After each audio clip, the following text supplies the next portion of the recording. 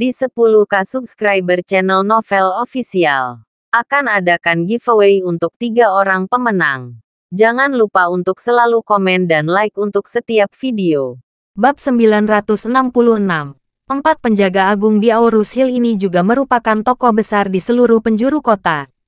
Jaiden adalah yang paling terkenal. Orang-orang menyebut Ketua J. Max tidak pernah membayangkan dia menabrak Python Jaiden untuk menghindari Porsche Cayenne. Dia menyesali keputusannya, jika dia tahu ini masalahnya. Dan dia langsung menabrak Porsche itu. Tidak. Jika dia tahu ini masalahnya, dia tidak mau ikut balapan dengan Charlie. Betul sekali, dia harus menyalahkan Charlie, yang berani menyembunyikan kekuatan BMW 520-nya yang memiliki tenaga kuda yang sangat kuat. Pasti mobilnya sudah dimodifikasi. Jika dia tidak menyembunyikan sesuatu, bagaimana dia bisa mengalahkannya? Memikirkan hal ini, Max sangat membenci Charlie. Ketika Jaiden melihat bocah itu menjadi pucat karena ketakutan, dia bersinar dingin. Mana SIM, STNK, dan KTP Anda? Max tidak berani melawan, dan langsung kembali ke mobil, mengeluarkan semua dokumen dan dengan hormat menyerahkannya kepada Jaiden. Setelah Jaiden membaca dokumen, dia memasukkan semua dokumen ke dalam sakunya. Setelah itu, dia memandang Max dan berkata dengan dingin, "Max, kan? Saya sudah berada di jalanan selama bertahun-tahun. Saya tidak ingin peduli dengan bajingan kecil seperti Anda. Mobil ini baru setiap bulan saya beli. Dan Anda menabraknya. Jika Anda memperbaiki mobil saya, mobil ini tetaplah mobil yang rusak.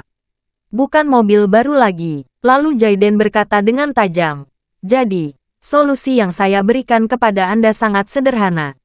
Mulai sekarang, Python ini menjadi milik Anda." Max tercengang ketika dia mendengar ini. Dia tidak mengerti mengapa Jaiden mengatakan itu. Dia mendapatkan Python ini. Tidak mungkin. Pada saat ini, Jaiden berkata dengan ekspresi muram, "Mobil ini untukmu. Kamu membelikan saya mobil baru dengan spesifikasi yang sama. Saya tidak akan memperpanjang masalah ini. Saya sedang dalam suasana hati yang bagus. Kalau tidak, hanya karena Anda menabrak mobil saya akan mematahkan kaki Anda terlebih dahulu." Setelah Max mendengar kata-kata Jaiden, dia tiba-tiba jatuh ke tanah dengan putus asa. Jaiden memaksanya untuk membelikannya mobil baru, yang harganya bisa lebih dari 2 juta. Di mana dia bisa mendapatkan banyak uang. Jaiden memberikan mobil ini untuk dirinya sendiri. Apa maksudnya? Biayanya ratusan ribu dolar untuk perbaikan. Dan setelah diperbaiki, dia masih akan kehilangan ratusan ribu dolar untuk nilai jualnya. Untuk ponsel Jaiden dia akan menghabiskan biaya ratusan ribu yuan. Itu bahkan belum termasuk kerusakan pada mobilnya sendiri. Perusahaan asuransi hanya menanggung 500 ribu yuan. Dan kerugian gabungan diperkirakan melebihi 1 juta. Max hampir pingsan pada saat ini. Karena dia membeli Mercedes-Benz ini dengan uang pinjaman. Dia harus membayar cicilan bulanan lebih dari 10.000 yuan setiap bulan. Itu akan terjadi bulan selama 3 tahun. Dia telah menabungnya untuk membayar uang muka. Sedangkan gaji bulanannya hanya 20.000. Apa yang bisa dia gunakan untuk menanggung semua kerugian senilai jutaan ini?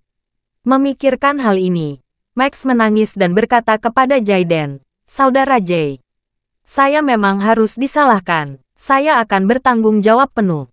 Tapi saya benar-benar tidak punya uang. Saya tidak mampu membeli mobil mahal untuk mengganti mobilmu.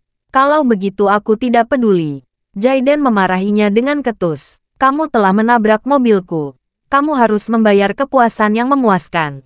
Kamu tidak punya uang. Aku akan memberikan yang paling lama seminggu. Dalam seminggu, aku tidak melihat Python baru. Aku akan meminta seseorang untuk memotong tubuhmu." Jaiden berkata lagi, "Saya masih ada kerjaan. Mobil saya menjadi milik Anda sekarang. Anda hanya punya waktu 1 minggu. Jika Anda tidak dapat menyelesaikan masalah ini, saya akan memotong kakimu. Jika Anda berani lari, aku akan membunuhmu." Bab 967. Hati Max dipenuhi dengan rasa ketakutan sehingga tubuhnya bergetar. Dia tidak tahu harus berbuat apa. Jaiden terlalu malas untuk berbicara omong kosong di dekatnya. Dia kembali ke mobil Python, mengeluarkan beberapa barang pribadinya, lalu melemparkan kunci mobil ke Max. Ada kunci cadangan untuk mobil ini. Saat kamu memberikan saya mobil baru, kunci cadangan akan saya berikan. Jangan khawatir, meskipun saya nakal, saya tidak pernah berbohong. Saya akan mengambil apa yang seharusnya menjadi milik saya. Dan saya tidak menginginkan apa yang bukan milik saya. Kami di dunia bawah tanah bertindak dengan satu kata, jujur. Tapi jika kamu tidak mendengarkanku, jangan salahkan kalau aku kejam. Setelah dia selesai berbicara, dia mengulurkan tangan dan memanggil taksi dan berjalan pergi. Teman-teman Max tercengang. Semua orang tidak bisa menahan napas. Jaden ini benar-benar bos dunia bawah tanah. Gayanya tegas dan lugas. Dia baru saja memberikan mobil bernilai lebih dari 2 juta di sini, berputar dan pergi. Gayanya terlalu mengagumkan. Namun, pada saat ini, Max tergeletak di tanah dan menangis sedih. Bagaimana dia punya uang untuk membeli Phaeton baru? Apalagi jika 2 mobil yang kecelakaan ini dijual, uangnya belum cukup. Tetapi Jaden memiliki banyak pengaruh dan kekuatan. Jika dia tidak bisa menyelesaikan masalah ini dalam seminggu, Jaden akan meretas dirinya sampai mati. Max sama sekali tidak tahu harus berbuat apa. Sekarang kedua mobil itu ada di depannya. Dia ingin mati. Beberapa teman yang selalu sangat mendukungnya melangkah maju dan bertanya dengan prihatin, "Max, apa yang harus kita lakukan sekarang?" Max menjambak rambutnya dengan kedua tangannya dan berkata dalam keadaan sedih, "Saya tidak tahu harus berbuat apa. Saya tidak tahu saya menabrak Phaeton. Saya tidak tahu mengapa seseorang menghabiskan lebih dari 2 juta untuk membeli mobil yang terlihat seperti Passat." Setelah mengatakan itu, dia meremas kepalanya dan menangis. Pada saat ini, grup WeChat di panti asuhan telah heboh. Sejak Max memposting video itu, banyak orang di grup itu bertanya apakah dia baik-baik saja. Bagaimana kawan-kawan? Apakah ada yang terluka? Bagaimanapun, kita semua adalah teman yang tumbuh bersama. Semua orang sangat khawatir mengetahui bahwa Max mengalami kecelakaan lalu lintas. Namun, Charlie tahu benar bahwa ini pasti cara Max menghindar. BMW 760 yang dia kendarai sudah meninggalkan Mercedes-Benz lawan jauh di belakang hanya dengan sekali injak gas. Dalam keadaan seperti itu, semua orang tahu Max pasti tidak akan bisa memenangkan pertandingan. Max sendiri pasti mengetahuinya. Dia pasti tidak ingin menyumbangkan Mercedes-Benz itu ke panti asuhan. Dia memilih mengalami sedikit kecelakaan lalu lintas saat ini sebagai alasan untuk menghentikan balapan. Faktanya, jika dia mengikuti kesepakatan, tidak peduli apa yang terjadi saat mengemudi, dia akan kalah. Jika kalah, dia tentu saja harus mengakui kekalahannya. Namun, Charlie tahu betul, karena Max menggunakan kecelakaan lalu lintas sebagai alasan mundur, dia tidak bisa agresif. Max mengalami kecelakaan. Jika dia agresif, maka di teman-temannya akan berpikir tidak manusiawi. Di dalam mobil BMW, Nyonya Louise berkata dengan cemas, "Coba telepon Max. Tanyakan apakah ada masalah. Semoga tidak ada yang terluka." Stephanie menyeringai dan berkata, "Nyonya Louise, saya pikir Max ini sengaja menabrakkan mobilnya. Dia pasti tahu mobilnya tidak enak mobil kakak Charlie. Dan dia tidak mau menyumbangkan mobilnya ke panti asuhan. Jadi dia melakukan ini." Nyonya Louise buru-buru berkata, "Stephanie, jangan berprasangka buruk pada orang lain. Bagaimana jika persangkaanmu salah? Selain itu, kecelakaan lalu lintas adalah masalah seri. Tidak peduli apa yang terjadi, keselamatan adalah yang paling penting." Bab 968. Baiklah, Stephanie mengangguk tak berdaya. Jadi, Stephanie menelepon salah satu teman kecilnya yang duduk di kopilot Max. Setelah telepon tersambung, Stephanie bertanya, "Max mengatakan di grup kecelakaan kalian. Bagaimana keadaan kalian? Apakah ada yang terluka?" Nyonya Louise sangat khawatir. Pria itu berkata dengan malu, "Itu, Max, dia menabrak mobil Pak." Sebelum dia selesai berbicara, Max berdiri dan meraih telepon. Dia berkata, "Stephanie, saya baik-baik saja. Saya baru saja menabrak Passat. Saya sedang berdiskusi dengan pemiliknya untuk menyelesaikan masalah ini.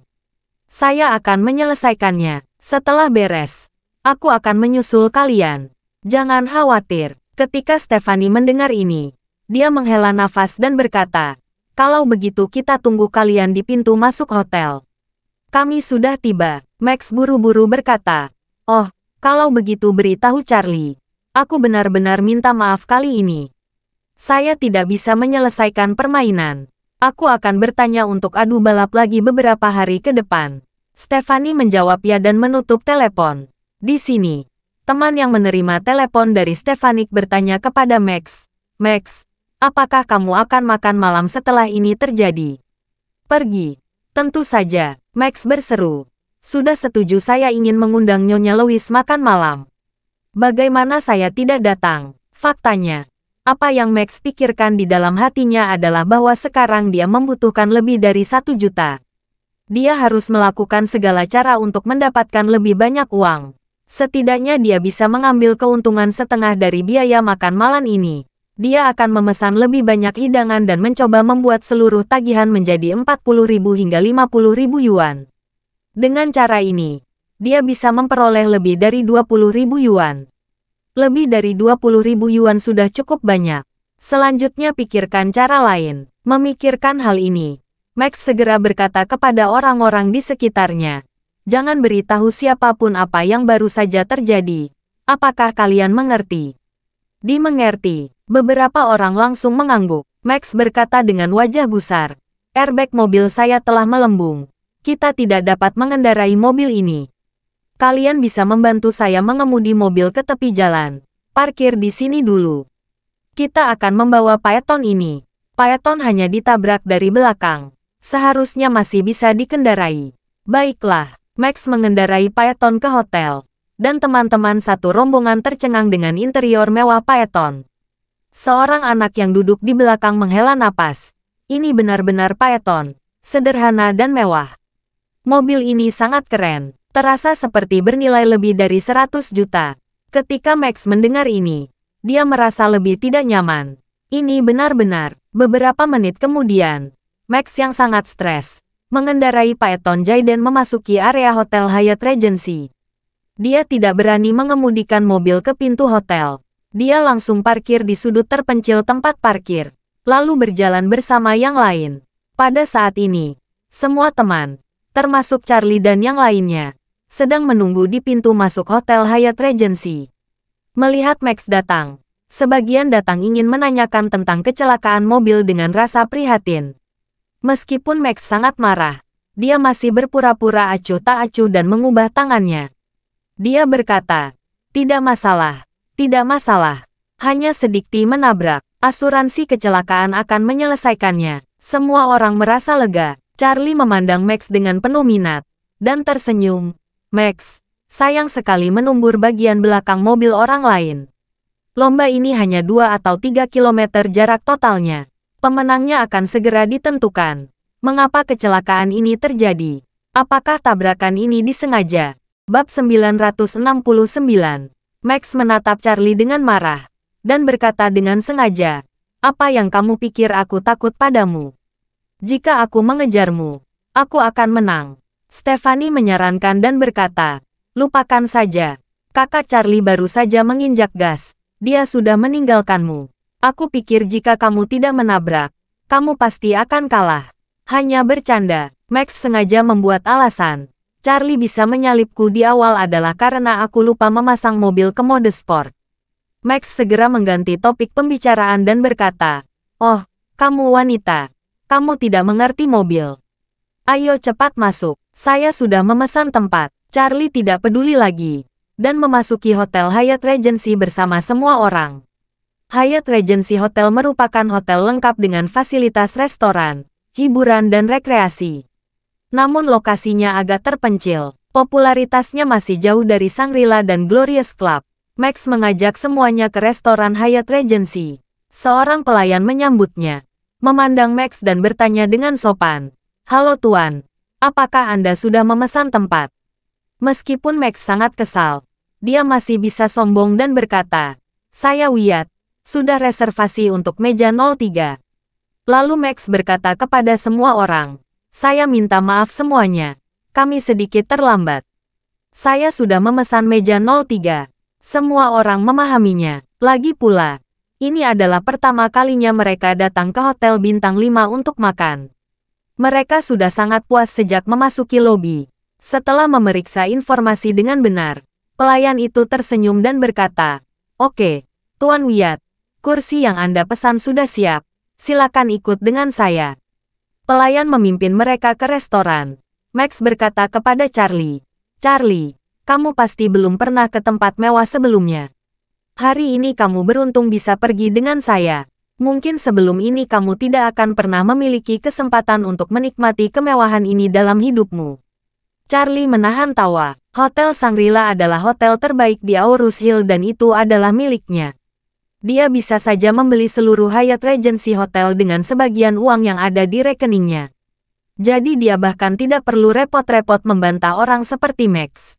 Oleh karena itu, Charlie tersenyum sedikit, dan terlalu malas untuk memperhatikan si pecundang Max. Melihat sikap acuh tak acuh Charlie, Max bahkan lebih marah. Charlie ini tidak pernah menganggap dirinya serius sejak dia masih kecil. Dia hanya menantu rumahan. Dari mana dia mendapat kepercayaan dirinya untuk tidak menghiraukannya? Rupanya hari ini dia harus menemukan cara untuk mempermalukannya. Pada titik ini, Max sudah memiliki ide bagus untuk membunuh dua burung dengan satu batu. Dia ingin melakukan segala kemungkinan untuk membuat Charlie kehilangan muka. Dan pada saat yang sama, dia juga ingin membuat teman-teman kecilnya mengaguminya. Pada saat itu, dia akan langsung menawarkan bisnis investasi bodong yang dijalankannya. Dia akan mencoba mendapatkan isi tabungan kawan-kawan untuk memecahkan masalah tabrakan dengan mobil Jayden Phaeton. Semakin Max menyarankan, semakin dia merasa bahwa membunuh dua burung dengan satu batu adalah ide yang bagus. Dia sudah bertekad menjalankan rencana. Max merasa jauh lebih nyaman. Dan kemudian dia berjalan di depan dengan rasa bangga dan percaya diri. Tiap di meja yang dipesan, Max menyilakan Nyonya Louise duduk di kursi utama. Ketika Nyonya Louise duduk, Max duduk di sebelah kirinya. Scott dan yang lainnya yang telah memuji Max sebelum duduk satu persatu, menyanjung beberapa kata dari waktu ke waktu. Bab 970. Charlie dan Claire duduk di sebelah kanan Nyonya Louise atas permintaannya. Sedangkan yang lain, mereka semua duduk di kursi selebihnya. Segera setelah mereka duduk, Nyonya Louise memandang anak-anak dan berkata dengan sangat lega, "Anak-anak, terima kasih telah mengingat saya dan datang mendekati saya." Semua orang buru-buru menjawab, "Nyonya Louise, apa yang kamu bicarakan?